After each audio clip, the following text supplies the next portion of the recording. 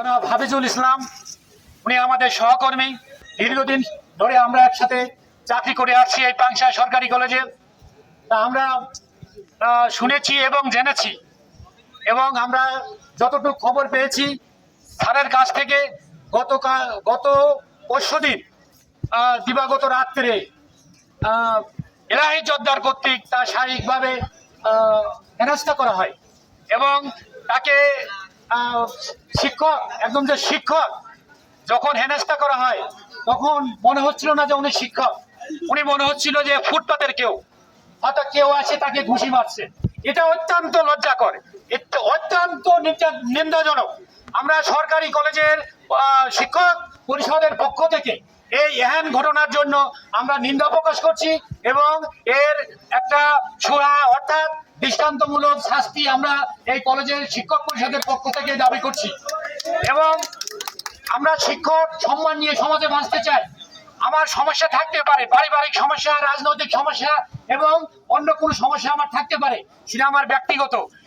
সেটা আইন আদালত আছে, এদেশের আইন আছে, এদেশের বিচার ব্যবস্থা আছে, সবকিছুই আছে। আমি যতটুকু জেনেছি এটা বিচারাধীন অবস্থায় আছে।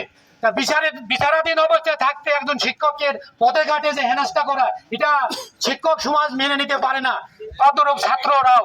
তাই এই জন্য আমি শিক্ষক তথা পাংশা সরকারি কলেজের পক্ষ থেকে বলবো যে এটা অত্যন্ত নিন্দনীয় একটা ঘটনা, এবং প্রশাসন যাতে এই ঘটনার পুনরাবৃত্তি না ঘটে এবং কোনো শিক্ষক যাতে এরকম হেনস্থার শিকার না হয়, আমরা প্রশাসনের কাছে এই বিষয়ে জোর দাবি জানাচ্ছি। কলেজ সংলগ্ন বাড়ি করেছি, বাড়ি করার পূর্ব থেকে এলাহি হোসেন জোয়ারদার, ওনার সম্পর্কে আপনারা জানতে পারবেন। ওনার এলাকায় সন্ত্রাস হিসেবে পরিচিত। ওনার এলাকায় ওনার নিজের বাড়ি নেই, এলাকার লোকজন ওনার বাড়ি উচ্ছেদ করে দিয়েছেন। এলাকার লোকজন ওনার অত্যাচার অতিষ্ঠ হয়ে পরবর্তীতে পাংশাতে বাড়ি স্থাপন করেন। পারিবারিক ভাবে ওনার আম্মার সাথে, ভাইয়ের সাথে কারোর সাথে সম্পর্ক নেই। এরকম একজন বিকৃত মস্তিষ্ক লোক, উনি দীর্ঘদিন ধরে আমাকে, আমাদের আরো সহকর্মীকে, শিক্ষার্থীদের হ্যারাস করে আসছে। বেশ কিছুদিন পূর্বে আমাকে হঠাৎ করে আকস্মিকভাবে আক্রমণ করে, হামলা করে। আমি একটা মামলা করি থানাতে, সে মামলায় ওনার 6 মাসের সাজা হয়। উনি জামিনে আছেন, জামিন আসার পর আরো পেপারে উঠছেন। উনি বিভিন্ন সময়ে এলাকাবাসী সাক্ষী জানে, সবাই জানে, বিভিন্ন ভাবে অনেক দিন থেকে আমাকে পথে ঘাটে, পথে প্রান্তরে আমাকে, আমার পরিচিত জনদেরকে বিভিন্নভাবে হ্যারাস করে। উনি বিভিন্ন ভাবে আমাকে আক্রমণের চিন্তা করে, হুমকির, হত্যার ভয় দেখায়। এর ফলশ্রুতিতে আমি থানায় আরেকটা জিডি করি। পরবর্তীতে উনি বিভিন্ন সময়, আমি চেষ্টা করি ওনার থেকে দূরে থাকতে। আমি ওনাকে অনেক অ্যাভয়েড করি, কিন্তু উনি যে কোনো হইতে চাচ্ছে আমার সাথে একটা বড় ধরনের সংঘাত সৃষ্টি করতে। গত 2 দিন, পরশু দিনের যে ঘটনাটা, এর পূর্বে মডেল মসজিদ থেকে যখন নামাজ পড়ে বের হই, মুসলিমেরা সাক্ষী আছে, এলাকাবাসী সাক্ষী আছে, হঠাৎ করে আমাকে আক্রমণ করে। এখানে স্থানীয় 7-8 জন ব্যক্তি আমাকে রক্ষা করে। সেখান থেকে তার উপর অনেকে বিরূপ মন্তব্যে তাকে সরিয়ে দেয়। পরশু দিন যে ঘটনা আমি বলতে চাই, আমি মসজিদ, আমি ঈশান নামাজের পর আমি যখন মোটর ব্যাগটা ভিতর থেকে বের করতে যাই, ওনাকে অনেক দূরে আমি দেখেছি।